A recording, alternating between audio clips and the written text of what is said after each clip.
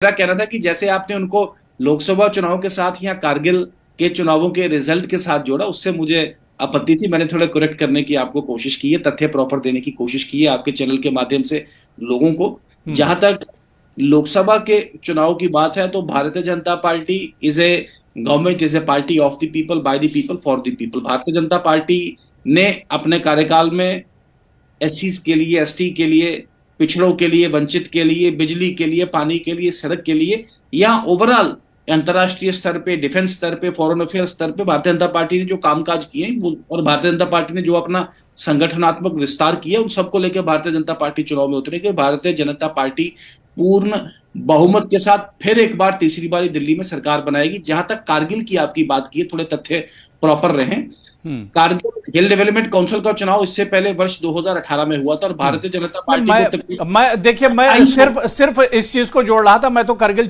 जनता party बाकी संगठनों से थोड़ी भिन्न इसलिए है कि भारतीय जनता पार्टी के लिए देश सर्वोपरि है, और देश को सर्वोपरि मान के भारतीय जनता पार्टी भारतीय जनमानस के लिए विचारधारा पे बेस आइडियोलॉजिकल पॉलिटिकल पार्टी है, कैडर बेस्ड पॉलिटिकल पार्टी है, और देश को और आखिरी पंक्ति में खड़े आखिरी व्यक्ति जो भारतीय जनता पार्टी का मूल मंत्र है, इनको लेकर भारतीय जनता पार्टी काम करती है।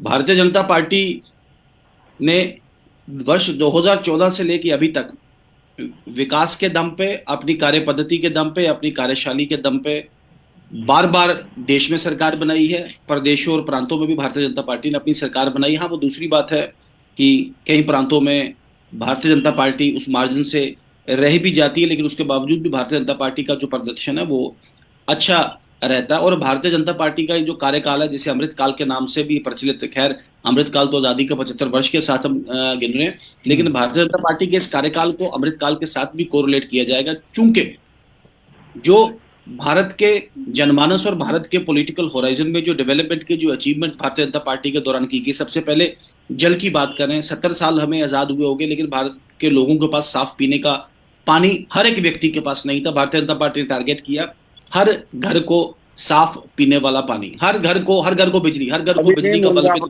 बिजली के बल्ब पूरे देश में मिलेगा नहीं। बैंक खाता, टॉयलेट, मैं राजीव गांधी जी की अच्छे आदमी ईमानदार चलेगा। उनकी एक स्पीच कि मैं वहां से 1 रुपया भेजता हूं, 25 पैसे पहुंचते हैं, 75 चोरी हो जाते हैं। लेकिन आज पठानिया जी रविंदर शर्मा जी कह रहे हैं कि आप तो डिबेट के बाहर चले गए। आप कहां डेवलपमेंट के, सिर्फ सवाल यह किया गया है कि भागवत जी जम्मू आएंगे तो बीजेपी को फायदा होगा या नहीं। जी देखें मैंने आपको कहा कि मोहन भागवत जी जम्मू में आएंगे, और जम्मू में उनका क्या कार्य पद्धति रहेगा, इसके ऊपर आरएसएस खुद एक्सप्लेन करे तो अच्छा रहेगा। हाँ, एक समन्वय, तो आरएसएस और बीजेपी तो अलग अलग चीजें हैं क्या? नहीं, ऐसा नहीं, हम सभी जानते हैं ऐसा नहीं है। अब साहब ये पूछिए, पठानिया जी मिलने जाएंगे कि नहीं उनको? जी रविंद्र जी, ये मैं पूछना चाहता हूँ कि पठानिया जी मिलेंगे नहीं मिलेंगे? पठानिया जी, रविंदर जी, पठानिया जी आपकी आवाज सुन रहे हैं, आप उनसे सवाल कर सकते हैं। अगर इनको बीजेपी में आगे बढ़ना है तो उधर माथा टेकना पड़ेगा। मेरा इनको मशवरा चाहिए, मिलिए, स्वागत करिए उनका। रविंदर जी, राष्ट्रीय स्वयंसेवक संघ देश को लेके, राष्ट्रवाद को लेके और समाज में जुड़ी कुरीतियों को लेके काम करता है। वहां पे माथा टेकना और वहां पे उनके साथ निर्देश देना, ये अपने आप में गौरव की बात है। ये कोई छुपाने वाली बात नहीं है, उसमें कोई मेरे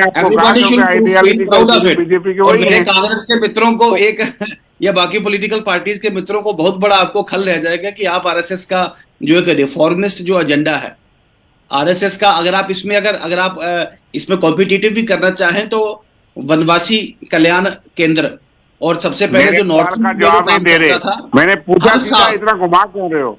मैंने कहा आप जा रहे कि नहीं जा रहे, या चैनल पे अबू अरारा साहब को मुझे बताया, अच्छी बात है।